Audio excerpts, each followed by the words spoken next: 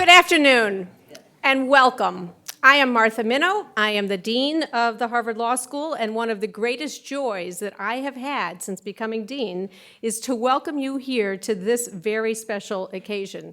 As we celebrate Richard Lazarus, Harvard Law School class of 1979, and mark the highest honor that the law faculty can accord to one of its members, his appointment to a faculty chair. And this particular chair, the Howard J. and Katherine W. Aibel Professorship of Law, as you will hear, is especially outstanding and especially fitting for our remarkable Richard Lazarus. After my introduction, Richard will deliver a talk entitled Environmental Lawlessness. Join me in extending the warmest welcome to our special guests here today. Richard's wife, the amazing Jeannie Austin.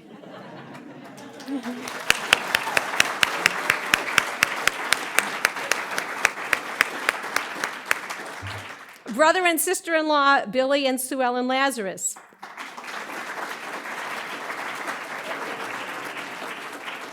Sister Mary Ann Lazarus. Okay, I'm going to do a bunch of them, so hold off. Mother-in-law Katherine Austin. Sister-in-law Elizabeth Ashe. I'm not sure if Victor Brudney is here. He is! There he is! Okay, fabulous. Dear friend and Harvard Law School Professor Emeritus Victor Brudney. He's the Robert B. and Candace J. Haas Professor in Corporate Finance Law Emeritus. And also here today is Deputy Solicitor General of the United States, dare I say, the soul of that crucial office, Ed Needler. So now you can applaud.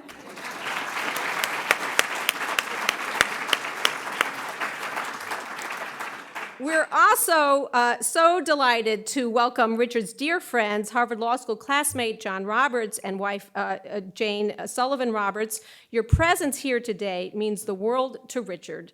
It also means the world to us, and it means the world to us not only because it means the world to Richard, but also because it means the world to Richard. Let me tell you, as we begin this special evening, about the chair that we celebrate. It is the gift of a remarkable, indomitable, and dare I say, unretiring Howard Aibel. And it is with joy that I introduce him to you all today. Howard, can you raise your hand? Thank you.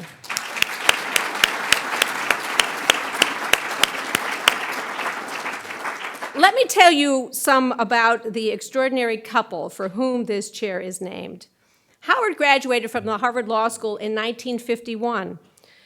The Howard J. and Katherine W. Aibel Professorship of Law graces now his alma mater since a gift in 2006. And this superb gift from Howard was made shortly after the passing of his marvelous wife, Kathy. They were married for more than 50 years. I mentioned that Howard is unretiring. It might be more apt to say that he has retired multiple times, only to turn again to new and vigorous work. He worked at the New York law firm White & Case, and then served as antitrust litigation counsel for the General Electric Company.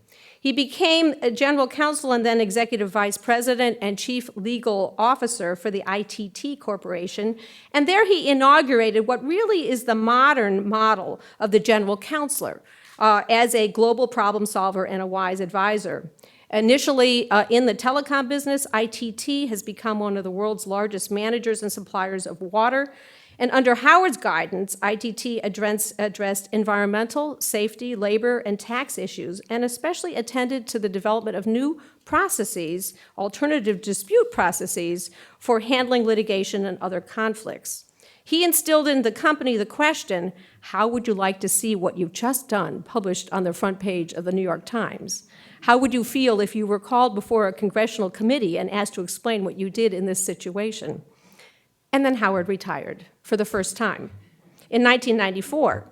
But then he joined the law firm of LaBeouf, Lamb, Green, and McRae, where he in turn developed the firm's negotiation and mediation practice. And then Howard retired in 2001. But then he started work again. He turned to mediating disputes between the United States and international parties, often serving as arbitrator. He swears he retired again in 2005, but I just talked to him about why he has to go back tonight, and it's because he has 3 meetings tomorrow.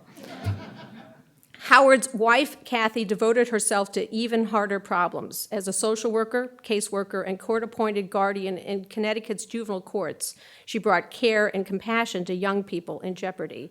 And together, the Aibels offered their time and philanthropy to so many parts of society. Howard himself has served on the boards of many organizations, including Sacred Heart University, University of Bridgeport, the Westport Arts Center, and the Lawyers Committee for Civil Rights under Law. Howard celebrates the power of mentoring and has himself been an amazing mentor throughout his career. Using the fact skepticism that he learned here, Howard is a treasured member of the Harvard Law School Dean's Advisory Board, and he served as president of the Harvard Law School Association of New York, former vice president at large of the Harvard Law School Association, and he's an active member of the university's Committee on University Resources and Reunion Gift Chair as well. And under his leadership, his class has set records in their generosity. I've already hinted at some of the ways in which Howard is amazing, but I haven't mentioned his family. So many of members of his family are here: Daniel, David, Jonathan, Lori, Julie, and also friend Lois Shine. Thank you for being here.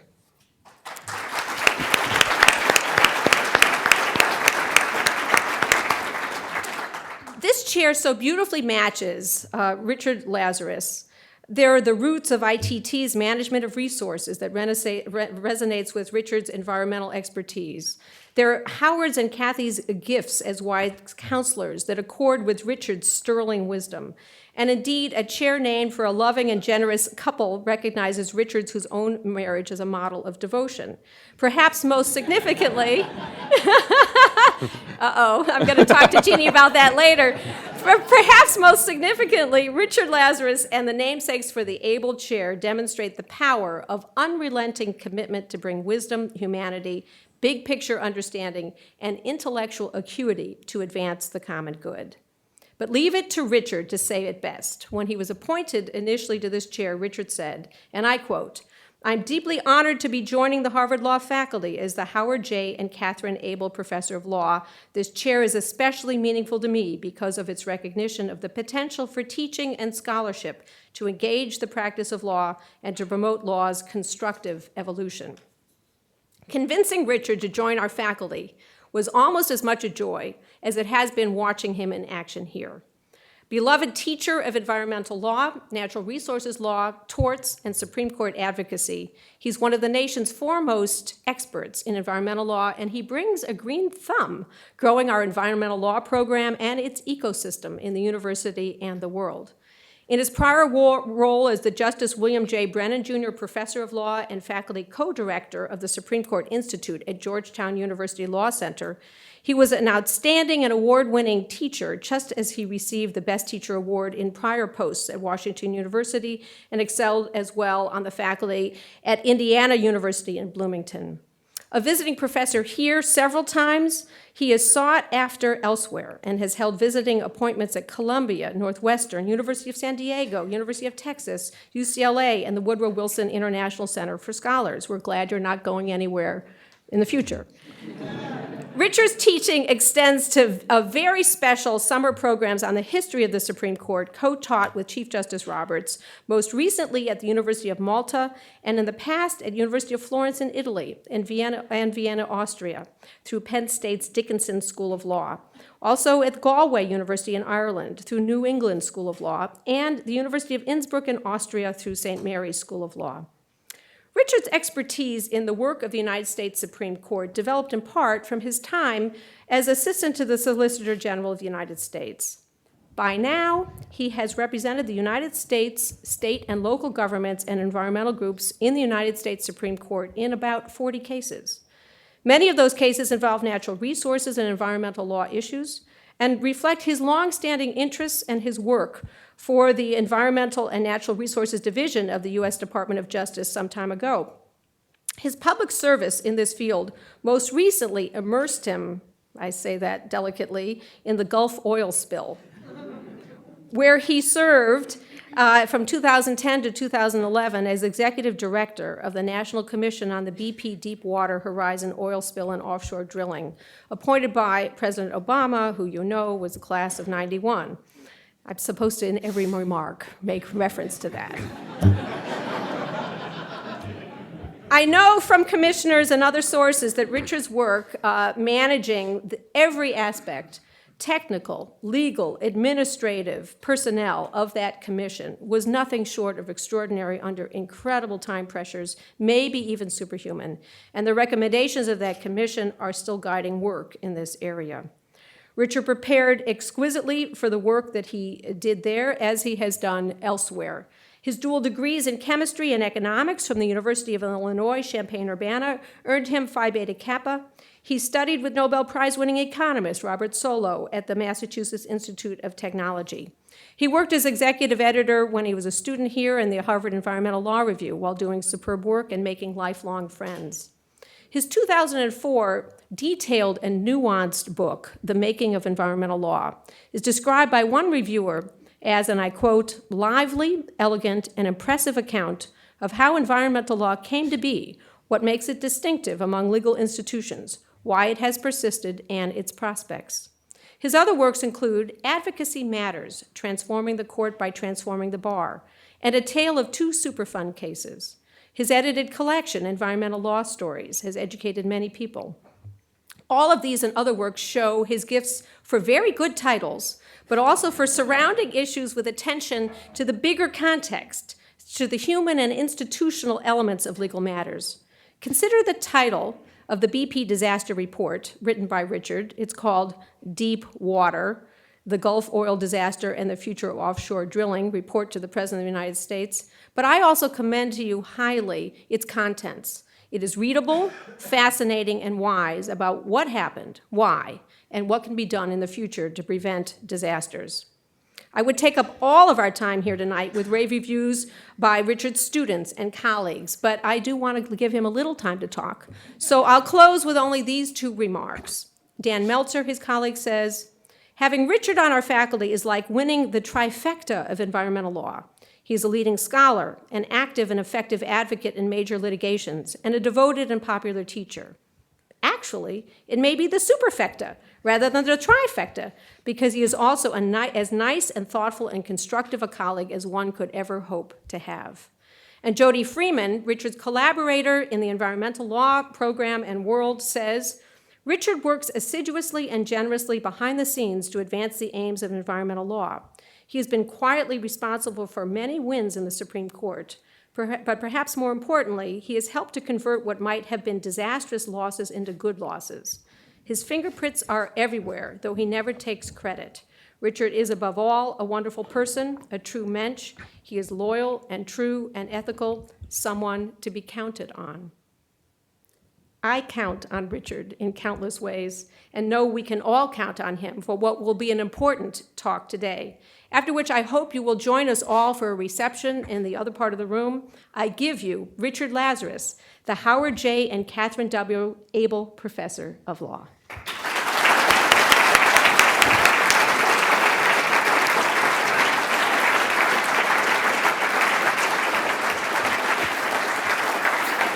Thank you. Thank you, Martha. Martha, thank you so much for your kind words, your leadership, and your friendship here at the law school. I want to join the dean in expressing my gratitude to Howard Aibel for your and your wife's longstanding support of the law school and for the role model of professional excellence that you pride and offer to our students.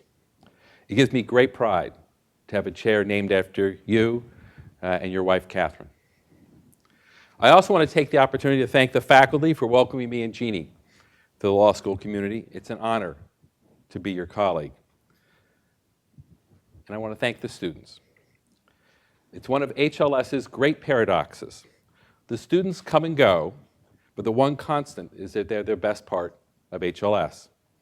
There's no better law school faculty, but at the end of the day, HLS finds its greatness in its students. That was certainly true when the chief and I were here as students. And I think it's no different now more than 3 decades later. That's the major reason why I came back. It's a privilege to teach you, learn from you, and befriend you. Last but not least, I also want to join the Dean in welcoming my family here and close friends. I have a lot of great friends, including from DC and other places, and it's wonderful for you to travel here. But no one has traveled more than my wife, Jeannie, who has traveled to a lot of places since I had my first teaching job at Indiana University in Bloomington.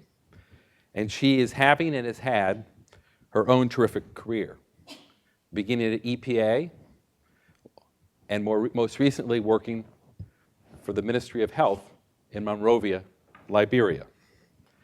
And I'm so pleased to be joined today by her mother and her sister. My brother Billy and sister Twiggy are both here today. They now live in DC and St. Louis. But when I was a 1L student, Billy lived on Garden Street, right down there. Twiggy lived on Shepherd Street, over there.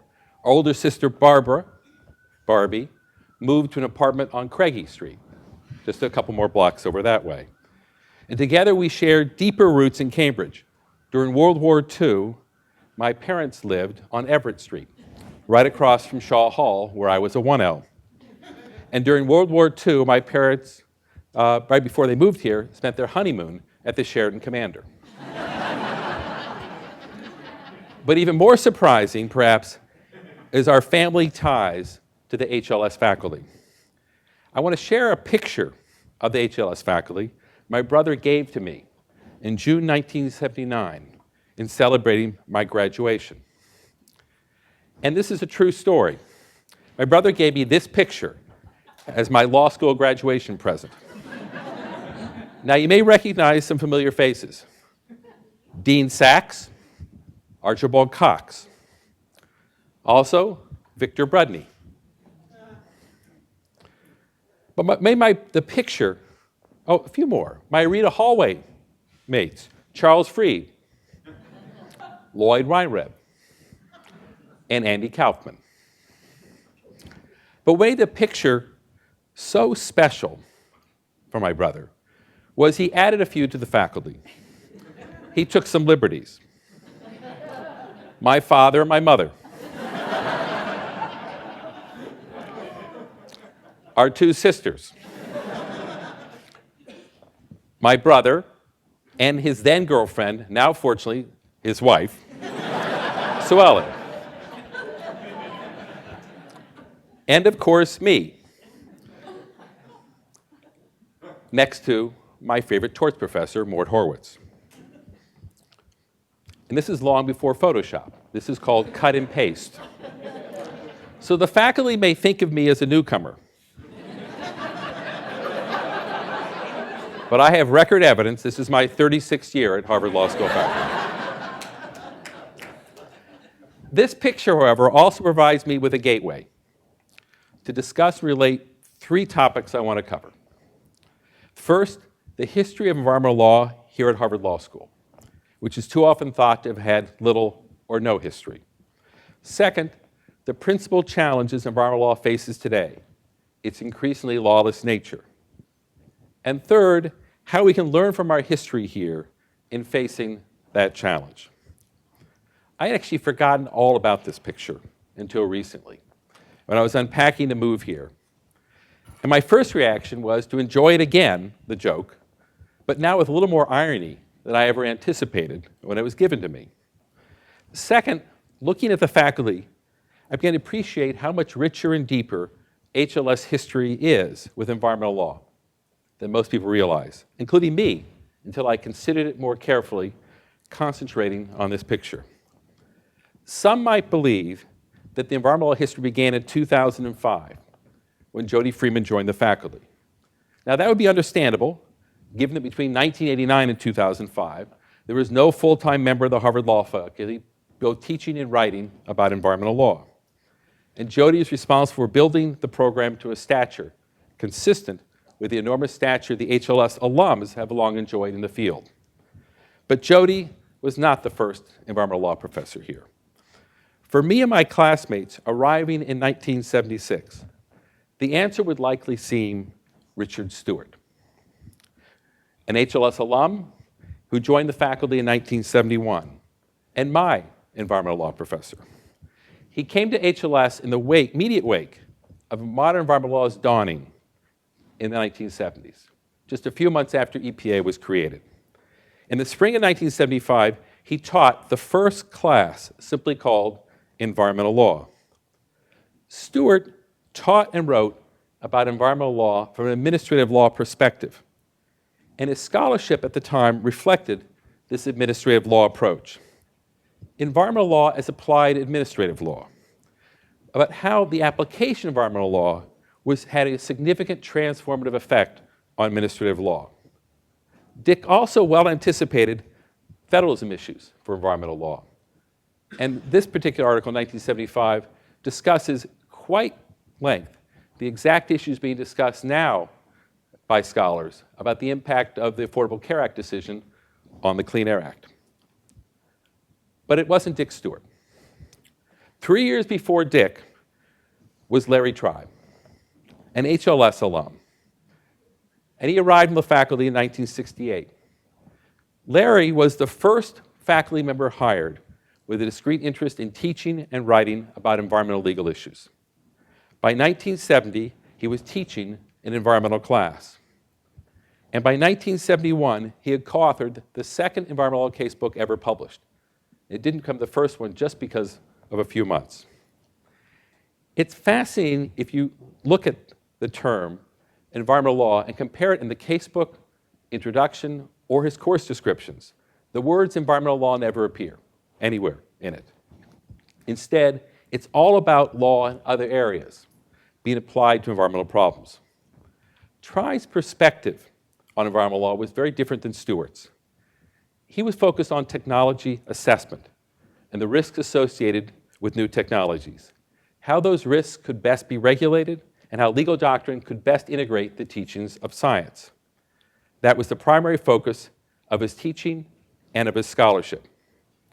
It ultimately led Tribe to focus more on issues of process and constitutional law.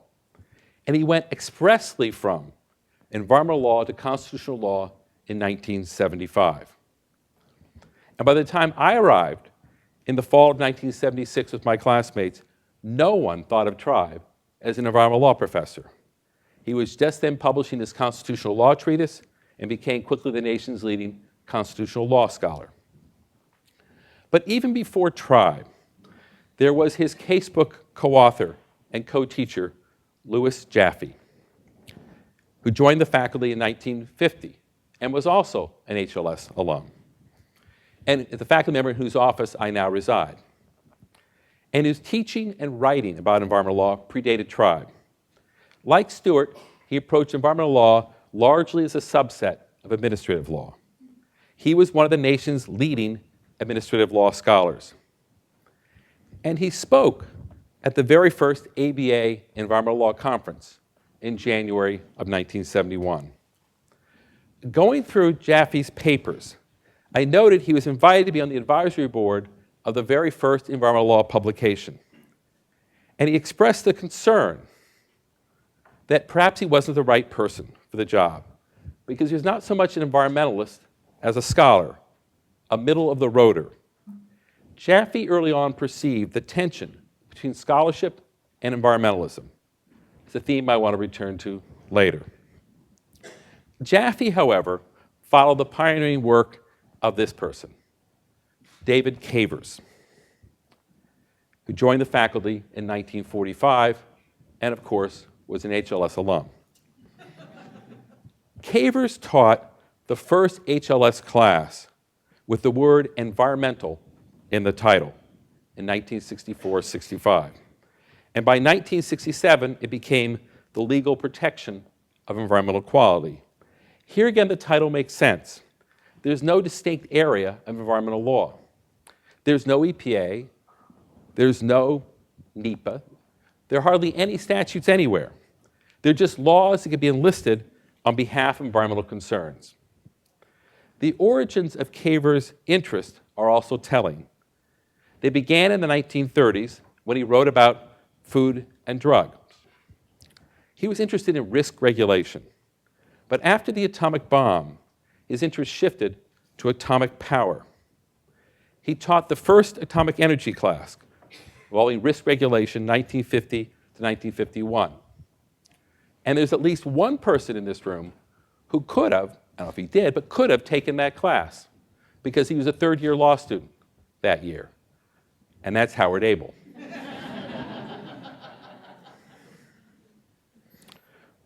For Cabers, this is an example of law adapting to scientific development. This would be a very fitting beginning for environmental law at HLS, because the bomb played such a huge role in triggering the 1970s legislation. The atomic bomb captured the fears of American people about technology, its destructive potential, of catastrophically enormous consequences of spatial and temporal dimensions never before feared, and the related vulnerability of our ecosystem. That is why the bomb rhetoric was used so prominently to promote the legislation of the 70s. References to population bombs, toxic time bombs, notion of irreversible catastrophic consequences. By the 1960s, Cabers had extended his scholarship to pollution. He stressed how scientific developments compelled re-examination of established legal doctrine, resulting in pressure to change the law and eventually generate new points of confrontation. Now, but even Cabers, of course, he also wrote, about what's now known as precautionary principle, what he called an ounce of prevention. And he stressed how administration of this risk must be subject to particular care by the government, because the hazards were affected with a public interest, and the government therefore needed to make sure they could achieve and maintain the public's confidence. But Cabers wasn't the first. For that honor, one needs to go back several decades, 60 years before Jaffe and Tribe's book was published, to a faculty member who arrived in 1910. Needless to say, he was not on the faculty in 1977, but I put him in. He came to the HLS faculty more as a scientist than a lawyer. He hailed from Nebraska. He had no law degree, although he had studied at Harvard Law School, but not graduated. Instead, he went back and he got a bachelor's degree, a master's degree, and a PhD in botany from the University of Nebraska. He received, I believe, the first PhD in botany ever issued by the University of Nebraska. He was an expert in water law and mining law. And immediately upon his arrival to Harvard in 1910, he taught the first natural resources law class at Harvard Law School ever for credit. He later became dean, and his picture, to some, might be a little more reminiscent. His first name was Roscoe. His second name is the name of a building here on campus. It's Roscoe Pound. A legal scholar of great notoriety and ultimately some controversy, but he was HLS's first environmental law scholar. He did not use the word environmental, of course. His focus was on the other side of the same coin, natural resources law. But his writings evince a complete awareness of what's environmental about environmental law. The challenges that import environmental lawmaking, how the nature of the problems environmental law addresses create distinctive sets of problems for lawmaking. And it's telling that it is Pound who joined the faculty just over 100 years ago, because the period of time then, in many ways, is analogous to the kind of challenges we face today in environmental law. Then it was the crossover from the 19th to the 20th century, which was a challenging time for law. The nation was undergoing dramatic transformation, changing technology in the wake of the Industrial Revolution, and enormously changing demographics, with the end of the frontier and the close of the 19th century, the settling of the nation from coast to coast, and increasing urbanization in the nation's crowded cities. It was a time when law seemed increasingly in arrears, behind the times. And for mining and water law scholars like Pound, the problem was highlighted in the West with the nation's public land policies. There was witnessed a dramatic and accelerating waste of the nation's natural resources, including water and oil, because of the absence of any legal doctrine and government institutions able to safeguard them. The pressure for dramatic evolution of both law and government institutions was correspondingly great. And that's what Pound wrote about then, with natural resources firmly in mind. It's reminiscent of how environmental law, environmental issues, affected tribes' thinking. It has moved to constitutional law. It affected Pound's thinking about how legal rules had shifted over time and his thinking about jurisprudence. From archaic law, as he put it, to what he described as the next stage being strict law. From strict law to what he referred to as equity or natural law. And ultimately, he perceived shifts moving to a stage called maturity, mature law. He perceived how these increasing shifts was a process he dubbed the socialization of laws, a response to changing society and societal needs. Pound's perspective was plainly aided by the fact that he was a Westerner from Nebraska. He understood how changing demographics and changing technology and changing societal conditions was an unsettling legal doctrine formulated in frontier settings, and in particular, how property rights and natural resources were evolving. He said, it's too early to know exactly how far this tendency would go in questioning existing law, but the evolutionary pressures were dramatically changing the nation's natural resources law. What Pound, Harvard's first environmental law professor, was witnessing then is happening today. Today, like 100 years ago, we are at a stage of environmental lawlessness because the law has not kept pace with science changes, technological changes, and societal changes. And like then, we have a need for a new surge of lawmaking, which is correspondingly great. Yet, unlike 100 years ago, so far the hurdles for achieving the necessary change have proved insurmountable, and the problems of lawlessness have been getting increasingly worse. Now, the term lawlessness means and can mean different things. Lawless is an adjective that connotes, first, the absence of law. For instance, the nation's frontier was lawless during the early 19th century when the nation was first being settled there. The problem was not so much that conduct was illegal, but that there was an absence of law in the first instance. Lawless is also an adjective with a second meaning, used to describe an activity unlawful in the basic sense that it violates existing law. One could fairly describe someone who flouts the law as lawless. Lawless in both these senses fairly describes aspects of environmental law today. 40 years after modern environmental law's remarkable emergence here in the United States, there's a whole lot of environmental law, but our nation's environmental statutes nonetheless frequently fail to address in any systematic way many of the most pressing environmental problems we face. The law and our government institutions are again increasingly in arrears. The legal landscape is simultaneously full and empty, dominated by gaps. And that's why I chose a picture of a tree with bare limbs. It's leaving activities with potentially devastating environmental consequences at risk of being essentially uncontrolled.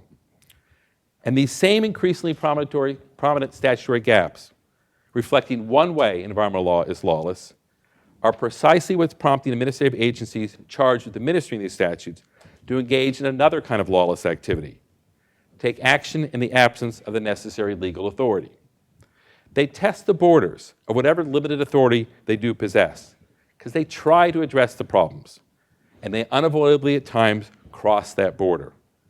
The upshot has been significant agency losses in court, as courts insist on adherence to strict plain meaning of statutory language. So what is the evidence and the explanation for the increasing gaps? The best evidence is the striking contrast between environmental lawmaking several decades ago and environmental lawmaking today.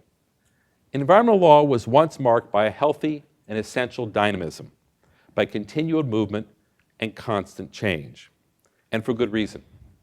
In better appreciation of the underlying science, of changing technologies that underlie environmental law's requirements and compromises, in response to fuller awareness of the costs and benefits of addressing the problems.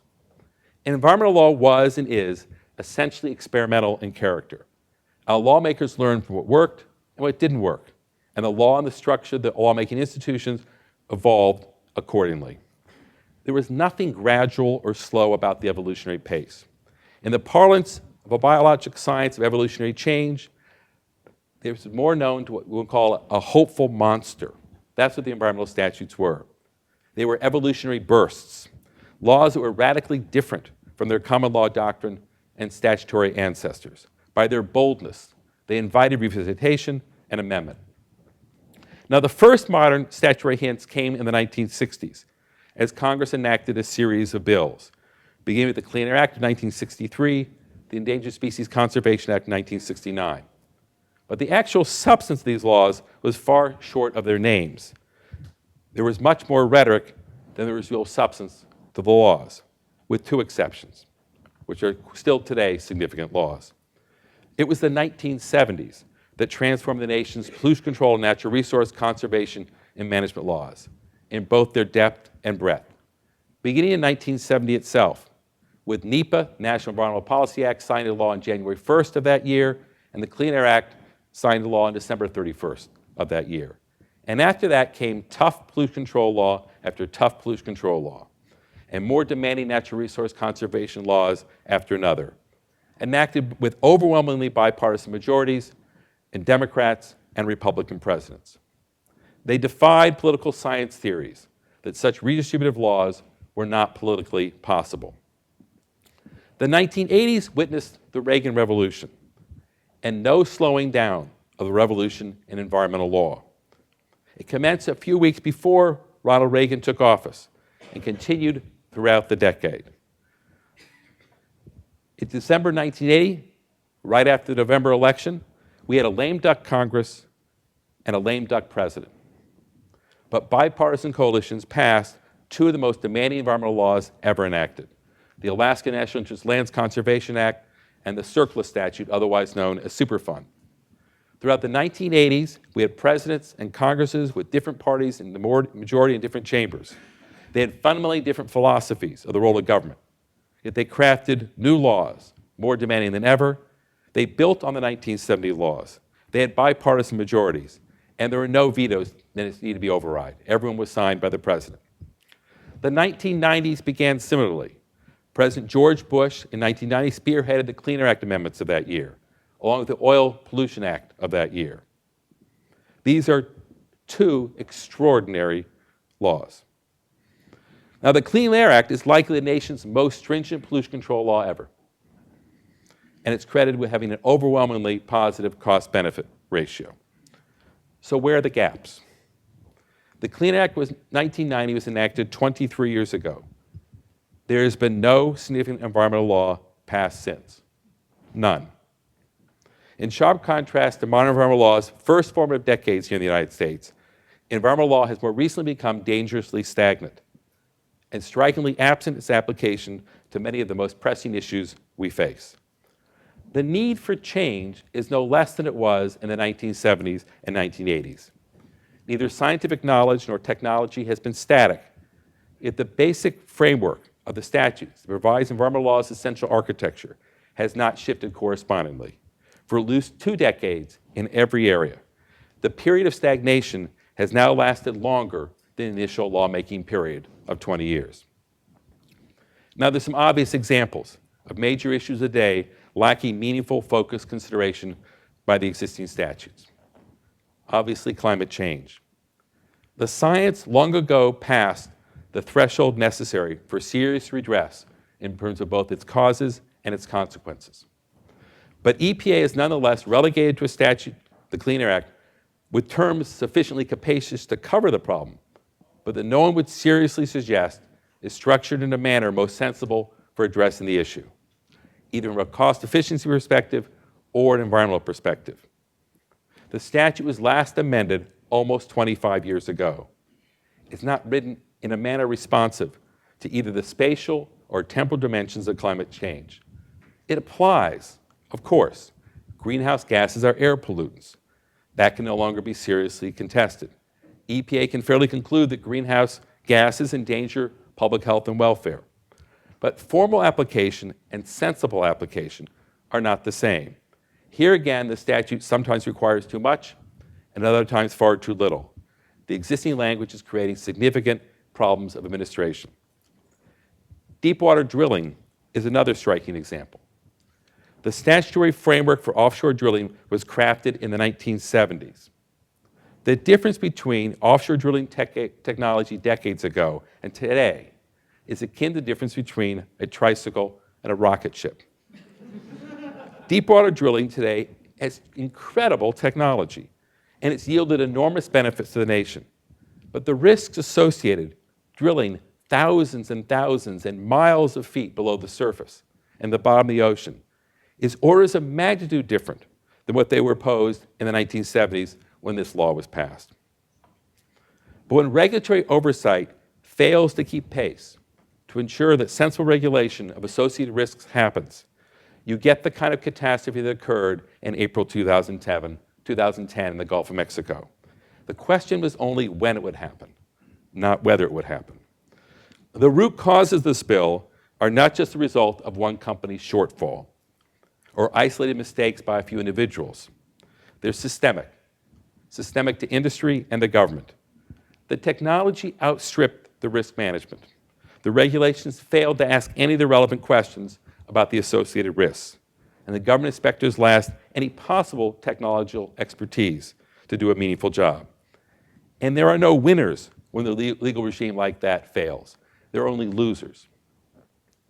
Natural gas fracking is another third and obvious example. That is pumping fluid underground to extract natural gas from rock formations to unprecedented depths. Now, the technological developments here have revolutionized the industry. It's rendering economically available huge, massive natural gas resources never before considered available. It's rewritten the energy equation here in the United States in just a couple years. Coal use production for electricity is plummeting in the United States, and natural gas use for electricity is dramatically increasing. And natural gas has obvious environmental advantages: significant decrease in carbon dioxide, greenhouse gas emissions, significant decrease of pollutants from coal combustion, and potentially save literally tens of thousands of lives every year. And national security benefits too as well for energy independence. But it's at risk. The technology and the industry are at risk because the law and the necessary legal institutions are years behind. We have 19th century regulatory laws for a 21st century issue.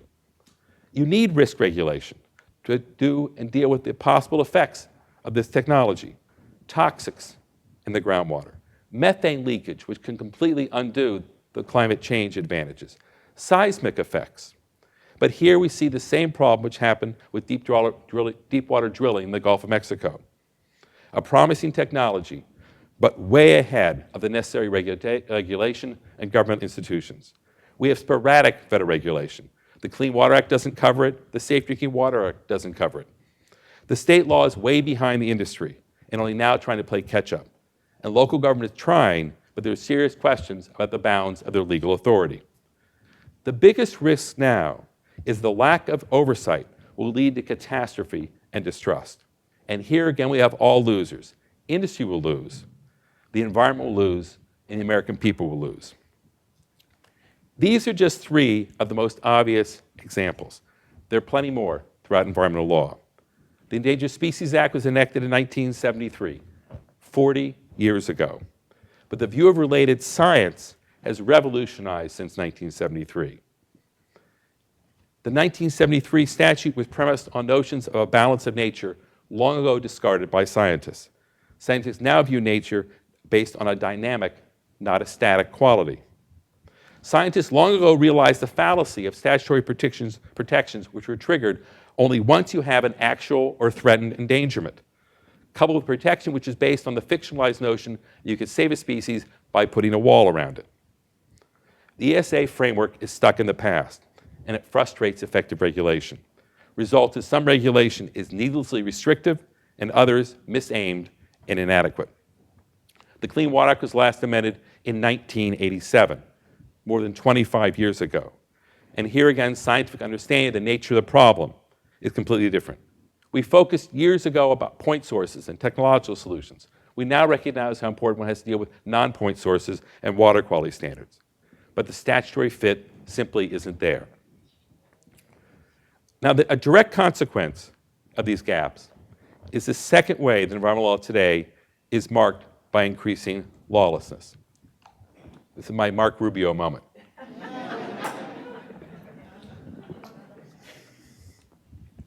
The federal agencies are forced to test the boundaries of existing law in an effort to do whatever they can to address these problems, to try new regulatory approaches in light of new science understandings, better appreciation of the costs and benefits, better appreciation of the certain limits of kinds of regulatory approaches. The struggle for all administrations, whether Democrat or Republican, is they have static statutory language which increasingly acts like a straitjacket, impinging agency discretion over time, ossifying what needs to be a dynamic lawmaking effort. Most of the major reforms of the Bush administration of environmental law were struck down by the courts. Their Clean Air Act regulation of modified stationary sources, their Clean Air Act regulation of mercury emissions, and their Clean Air Act regulation of interstate pollution. And this last program was widely trumpeted by both industry and environmentalists as basically one that everyone thought was a great policy. The problem was the courts thought the existing statutory language was too inflexible to allow it. The problem the agencies stuck with statutory language was so clear at the beginning of the Obama administration that one of the D.C. Circuit's most prominent jurists, David Tatel, took the unusual step of issuing a preemptive warning to the new administration. He said, "Don't repeat the mistakes of the past administration. I know you all want to do a lot of really good things in this new administration, but good intentions are no excuse. We struck down the last based on statutory language, we'll strike down yours too." I'll buy it with a different set of policy priorities. The Obama administration finds itself, like the Bush administration before, severely challenged trying to address today's compelling problems with statutory language enacted decades ago. Language that fits in some ways, but not in others. So when Obama's EPA tries, very much like EPA under Bush, to address interstate pollution by using a more cost-effective cap-and-trade program rather than a more rigid technology control-based effort, it's hard to dispute that that's not the most sensible, cost-effective approach.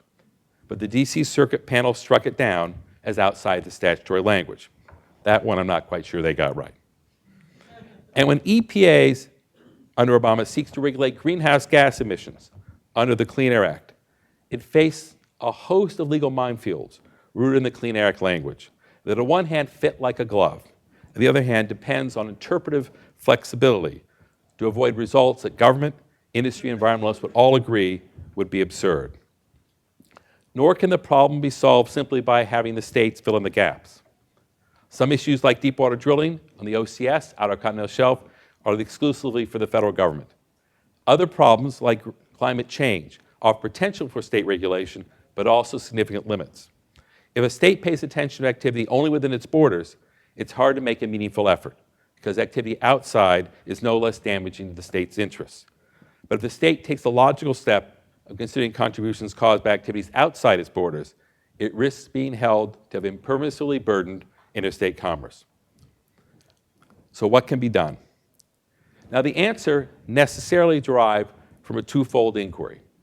First, what has caused the environmental lawmaking logjam, not just immediate causes, but its root causes, and second, what can break that logjam. Of course, part of the cause is not specific to environmental law. It's not as if Congress is out there passing a lot of laws these days or confirming a lot of judges.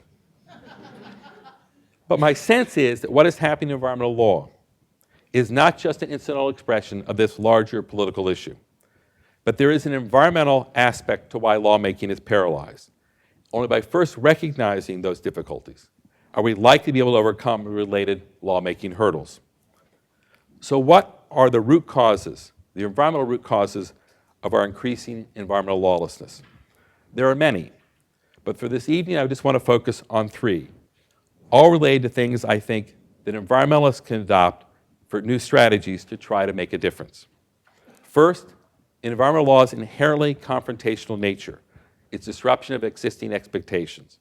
Second, environmental law is pretense to high moral authority. And third, environmental law is respect for sovereign borders, or I should say lack of respect. For each of these three, I want to first describe why they're inherent, next, how it impedes lawmaking, and finally, how hurdles might be effectively lowered. The first is its inherently confrontational and disruptive nature. This is a feature that Professor Cavers highlighted 50 years ago and Professor Pound 50 years before that. How changes in technology and scientific understanding cause law to be in arrears, and promoting changes in legal doctrine become necessary, and how this necessarily creates points of confrontation. It's essential to accept and understand and not ignore these points of confrontation. They are all, after all, the inevitable result of the redistributive nature of environmental law. The causes and consequences of environmental problems are spread over time and space. There's no way around it. It's the way that nature works. And environmental law seeks to redistribute it. But politically, any law that seeks to redistribute is hard to get past because it's confrontational. To impose significant costs on the here and now for the benefit of the there and then, especially when the here and now are always more powerful politically and economically than the there and then, and especially when the cause and effect is riddled with scientific uncertainty. That's hard for any kind of lawmaking system, and ours is no different, maybe more, because the way we fragment lawmaking authority and we empower short-term economic demands with short election cycles. How to overcome? To get the law jam broken requires three things. And the first I just have to say, even if it may seem futile, the filibuster rule has to be revisited.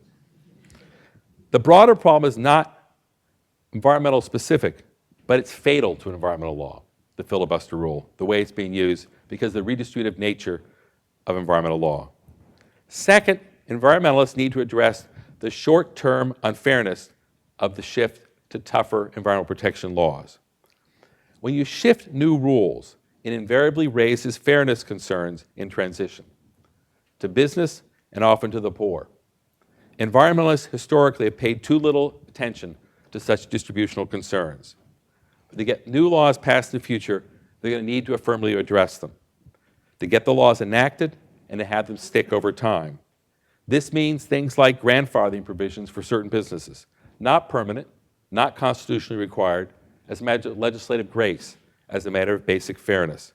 Transitional assistance for affected communities, the people whose lives really do depend on the current economics. Third, environmentalists need to divide the business interests from the increasingly powerful trade associations that are misrepresenting those business interests. A major reason lawmaking has stagnated has been the opposition of groups such as the American Petroleum Institute and the Chamber of Commerce, adopting essentially uncompromising and unqualified positions. There has been a cascade effect in the last 2 decades, with these organizations taking extremely and increasing extreme positions. They're actually not acting in the true interest of many of the most important and powerful business interests in the country. Many businesses understand the need for sufficient safeguards. They understand how they and everyone else very much depend on protection from these laws.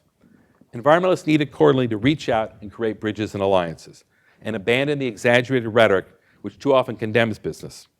Criticize them when they are wrong, but couple that with embraces when it's deserved.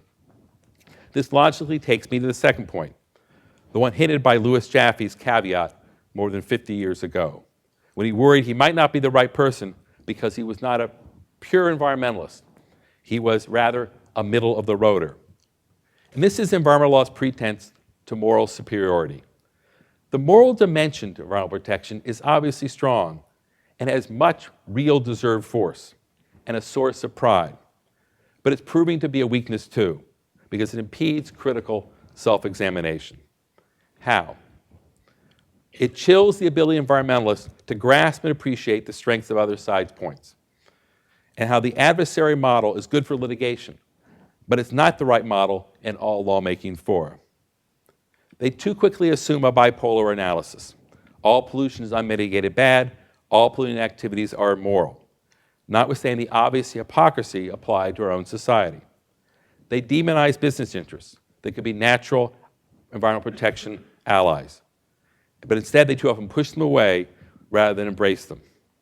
This empowers the trade associations become ever more extreme. They demonize government whenever it's perceived to fall short in environmental protection. It's unfair to the challenges presented by environmental lawmaking, and it also unfairly erodes the trust of government, which is essential for environmental law's success, that very special notion of public confidence. The result is an increasing polarization of related political debates. Each side becomes further and further apart, and neither is willing to engage in thoughtful examination of nuances and limits. Nor is the legal academy immune from this tendency. Environmental law scholarship is unduly dominated by advocacy scholarship. Advocacy scholarship has its role, but it has its serious limits too. Environmental law scholarship too readily embraces a good versus evil approach. Whatever is the most protected environment must be right. It fails to sufficiently acknowledge the challenges to account for other societal lawmaking concerns, that these other concerns can legitimately sometimes limit the reach of some environmental protection laws. Environmental law does not exist in a vacuum.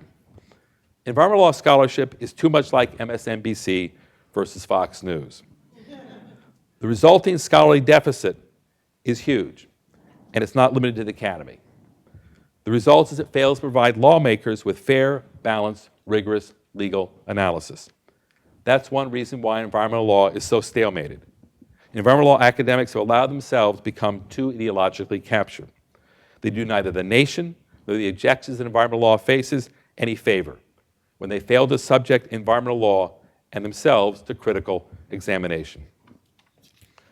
Finally, environmentalists need to rethink the attitudes towards the role of the states. The roots of modern environmental law are largely premised on a distrust of states. That's something Dick Stewart considered in the mid-1970s in his article on states as pyramids of sacrifice. It's no surprise that environmental law has this distrust. The environmental law movement literally grew out of the civil rights movement. Many of the same people, similar rhetoric, adopted the same strategies, including the role of litigation. It's no coincidence. The NAACP Legal Defense Fund, then the Environmental Defense Fund, the Natural Resources Defense Council, the Sierra Club Legal Defense Fund. The civil rights movement was distrustful of the states, and for good reason. And environmental law was similarly premised. Environmental law is inherently distrustful of state borders and quick to assume that states would do as little as possible, pursuant to a race to the bottom theory. It's time to reconsider that position. It's something actually that Ricky Rivez at NYU proposed over 20 years ago, largely hooted by the academy. The fact is, there's something to it, even though I still find some of his particular reasons unpersuasive. The states have proven themselves indispensable during the past 40 years. They are frequently leaders ahead of the federal government, with extraordinary innovation, and principal gap fillers in the absence of the federal government on climate change. There's no reason to apply an irrebuttable presumption that they are recalcitrant. We need to treat states with more respect, provide them with more autonomy, and not just a one-way ratchet. To the extent it's not interstate, more leeway to go both ways. It doesn't mean on everything, but far more selective. Selectivity is required in terms of triggering federal overrides. They are an important part of the federal system of lawmaking. Environmentalists frequently chide opponents for being fair-weather federalists. The accusation is true, but it's no less true of environmentalists. It's time to acknowledge the states have earned greater respect. A closing thought. It's an honor to be back here at HLS, even more receive this chair. HLS has a rich history, including in environmental law. I'm pleased and proud to be part of its present and its future. I look forward to working with colleagues here, and no less important, to our fabulous students as they come and as they go. As we all work together, within and beyond these fabulous hallways to try to put some leaves back on the tree in seeking to restore law to environmental law as the Howard J. and Katherine W. Aibel Professor of Law. Thank you.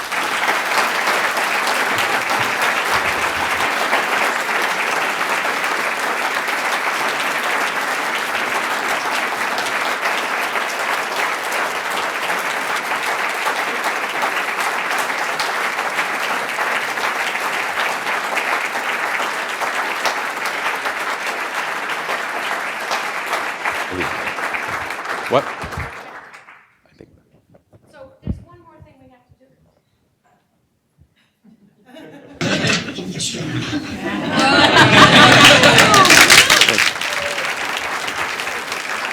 I'm too tired. Yeah, yeah.